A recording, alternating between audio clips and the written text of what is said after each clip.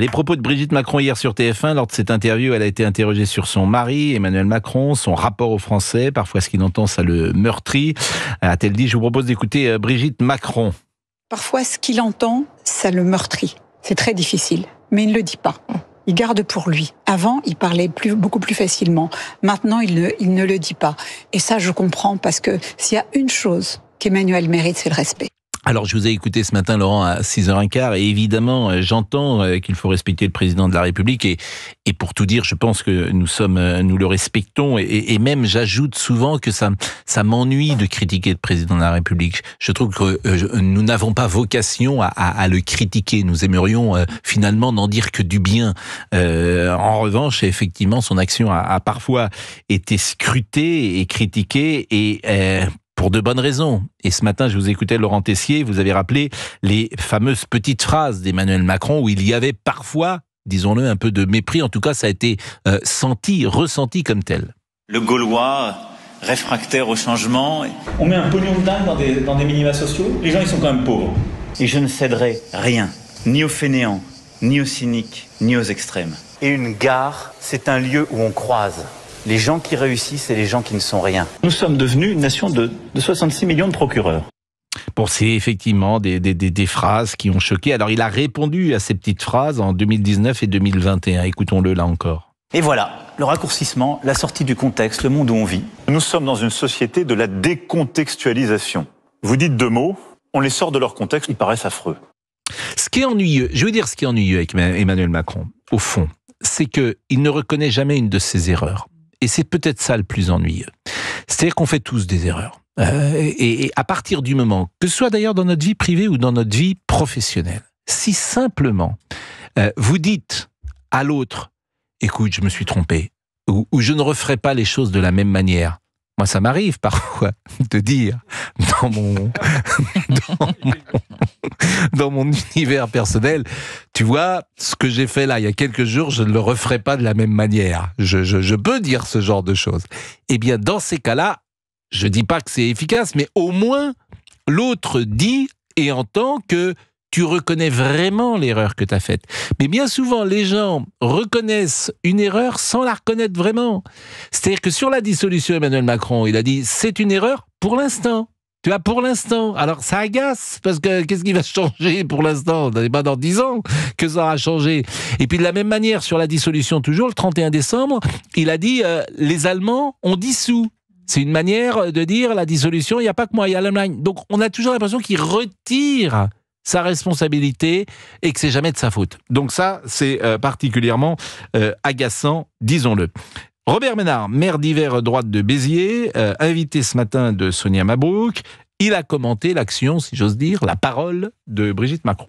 Des fois, je me dis, enfin, ça va vous paraître pas une grande analyse politique, des fois, je me dis, avec ce qu'on dit, mais moi, je serais meurtri. Et je pense que ils ont le beau faire les malins, les hommes politiques, c'est pas vrai. Les saloperies qu'on dit sur ton compte, ça doit te toucher au plus profond d'elle. Le respect va dans les deux sens. Mais oui, non, mais attends, celui qui le respecte aussi. Mais en même temps, moi, et puis je suppose, enfin, j'imagine qu'elle l'aime. Enfin, vous aimez un homme, vous le défendez. Moi, je trouve ça formidable. Les gens qui aiment la personne avec qui ils veulent, c'est le plus important de la vie, l'amour, les enfants et tout. Qu'elle le défende mordicus, au-delà même de toute raison, ça me la rend sympathique, figurez-vous. Moi, j'ai une femme qui m'aime, je l'espère, comme je l'aime, et qui me défend dans tous les cas, même quand je fais des bêtises. En tout cas, publiquement. C'est-à-dire que en tête-à-tête, on peut dire à l'autre, si on l'aime, effectivement, ce qu'on pense, mais là où Robert Ménard a raison, et pareil, il faut être un fan absolu, à la fois de son mari, de sa femme, et de son mari et de sa femme. Voilà. Et un fan absolu. Il n'y a pas de... Autrement, ça n'a pas de sens. On défend sur le bûcher. On montera sur le bûcher. Camus avait dit, entre la justice et ma mère, je choisis ma mère. Comprenez évidemment cette phrase, monsieur Bobuc. Bobuc. Allez, c'est bon, monsieur Bobuc. Non, mais je me fais même pas respecter. Monsieur Bobuc. Oui, qu'est-ce qu'il y a ? Vous vous souvenez d'Albert Camus? Non, pardonnez-moi, oui. Qu'est-ce que vous me demandez, là? Rien, je pense que parmi les raisons du succès de cette émission... Oui. la culture littéraire dont vous faites preuve c'est un élément auditeurs. Très important, bien sûr. Je pense. Oui, pour être honnête, je vous écoutais pas, mais vous êtes avec Frédéric. Bonjour Frédéric. Bonjour Pascal, meilleurs vœux à votre équipe, aux auditeurs. Et merci à vous. Alors, vous vouliez peut-être commenter la prise de parole d'Emmanuel Macron, ou plus exactement celle de Brigitte Macron. Voilà. Alors moi, je voudrais juste rappeler à Madame Macron que le respect, ça se gagne, ça se prend pas. Monsieur Macron n'a eu aucun respect pour vous. Et pour preuve, regardez tout simplement, on a voté dernièrement. Les Français ont bien mis au poteau le Parti Socialiste, le Parti Communiste, les écolos, l'ancien RPR, la droite. Et que fait-il par respect des Français? Il remet les mêmes au pouvoir. Il est où le respect du vote des Français là-dedans? Alors, qu'est-ce que vous voulez qu'il fasse? Non, de toute façon, il fallait qu'ils suivent le vote. Les Français ne veulent plus d'eux. Mais ils veulent plus de. Non, mais pardonnez-moi, je comprends pas. Ils veulent les Français d'abord. C'est pas clair ce qu'ils veulent parce que c'est bien Emmanuel Macron qui accepte le gouvernement ou pas. On est bien d'accord. Oui, mais il se trouve que les Français n'ont pas dégagé une majorité claire. Donc que voulez-vous? Non, vous n'allez pas me la faire comme ça, monsieur. Écoutez-moi bien. Regardez, vous n'allez pas me la faire comme ça. Le Français, par leur vote, ont puni le Parti Socialiste, les communistes, les Verts et la droite de l'Archi. Ils ne sont pas dans le gouvernement. Mais M. Macron accepte un gouvernement. Qui c'est qu'il va y avoir dans ce gouvernement-là? Exactement ceux que les Français ont refusés. Mais lesquels? Je comprends pas. Le respect du vote des Français. Vous mettez qui dans ce gouvernement pour respecter les Français? Écoutez, ceux que les Français ont voté pour. Mais qui? Soit Mélenchon, soit Le Pen. C'est tout, point barre. Il n'y a pas d'autre solution. Mais alors vous êtes censuré demain matin si vous mettez Mélenchon tout seul. Il est 11h27. On marque une pause et Frédéric reste avec nous. Frédéric, là je comprends pas. J'ai pas compris ce que vous vouliez nous dire exactement sur... En gros, c'est simple. Voilà. On nous a demandé de voter. Oui. Bien d'accord, on a demandé au peuple français de voter. Le peuple français, dans son vote, d'accord, on est bien d'accord, qu'il a mis le parti Mélenchon et Le Pen en tête. Mais les deux n'ont pas la majorité. Laissez-moi développer un tout petit peu. Maintenant, nous avons là M. Macron qui recule, qui demande de créer un gouvernement. Et il met qui dans ce gouvernement? Il accepte le gouvernement de qui? De ceux que justement que les Français ont punis. Mais non, c'est plus compliqué que ça. Attendez, qui alors faites un sondage demain. Qui voulait de Bayrou? Qui voulait des socialistes dans le gouvernement? Mais Frédéric, ça ne tient pas votre système puisque Mélenchon, il est tout seul. Il est censuré demain. Il n'est pas tout seul d'ailleurs. Le NFP. C'est question de respect des votes. Si c'est pour nous dire que quand on vote quelque chose qui ne va pas à l'encontre de qu'est-ce qu'ils veulent, on va pas se mettre d'accord parce que en fait c'est voué à l'échec. Si vous mettez un Premier ministre du nouveau Front populaire, il est censuré immédiatement par tous les autres. Et si vous mettez un Premier ministre du Rassemblement national, il est censuré immédiatement par tous les autres. Donc il faut trouver une coalition. Il n'y avait qu'une solution.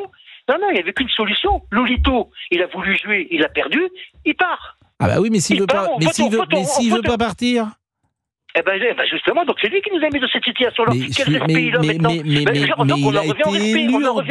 vous parlez de respect, il a été élu en 2022. Oui, alors on parlait du respect, on parlait pas de l'élection. Et vous trouvez que c'est pas respecté que rester à l'Élysée? Non, parce qu'ils ne respectent pas le vote des Français. Bon. Il ne respecte pas les... On nous a demandé de voter. Alors Julien va vous répondre. Julien va vous répondre. Julien qui est chargé de mission. Julien, vous habitez où? Bonjour, je suis en Savoie et on n'a pas de neige. Ah bah alors ça c'est extraordinaire. Et je suis même là, je suis dehors, je suis en petite chemisette. En petite chemisette. En Savoie, vous savez, on supporte bien le froid. Il fait combien? Il fait moins 3, moins 4? Non, il doit faire 7 degrés à peu près. 7 degrés. Bon, et vous êtes en chemisette à 7 degrés. Vous allez prendre froid. Oui. Je vous le dis. Non, tout va bien. Bon, mais vous êtes en pleine. C'est ça. Bon. Et alors, qu'est-ce que vous pouvez répondre à notre ami Frédéric? Alors, moi, pour parler de la respectabilité de M. Macron, je pense déjà la première chose, c'est que pour être respecté, il faut être respectable. Mais Emmanuel Macron a été élu, moi je ne suis pas du tout un de ses soutiens. Et dans la mesure où il est là, on lui doit le respect à sa fonction et à sa personne, comme en fait on doit le respect à n'importe qui d'autre.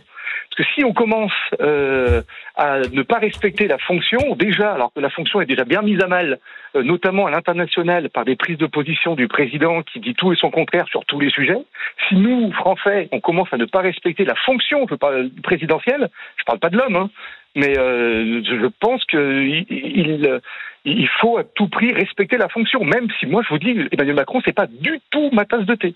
Mais par cohésion, il faut quand même respecter la fonction. Après, moi je peux vous dire que j'ai été élu local pendant 15 ans. Quand on est élu, on sait qu'on va prendre des coups. Donc, il faut faire en sorte de concilier, de faire le dialogue, et je suis pas sûr que Emmanuel Macron ait ces capacités-là. Il n'a jamais été élu, donc on voit, voilà. Il a été élu président de la République 2 fois. Oui, non, mais il n'a jamais été maire, il n'a jamais été député, il ne sait pas trop ce que c'est que de se coller aux vrais gens, hein, voilà.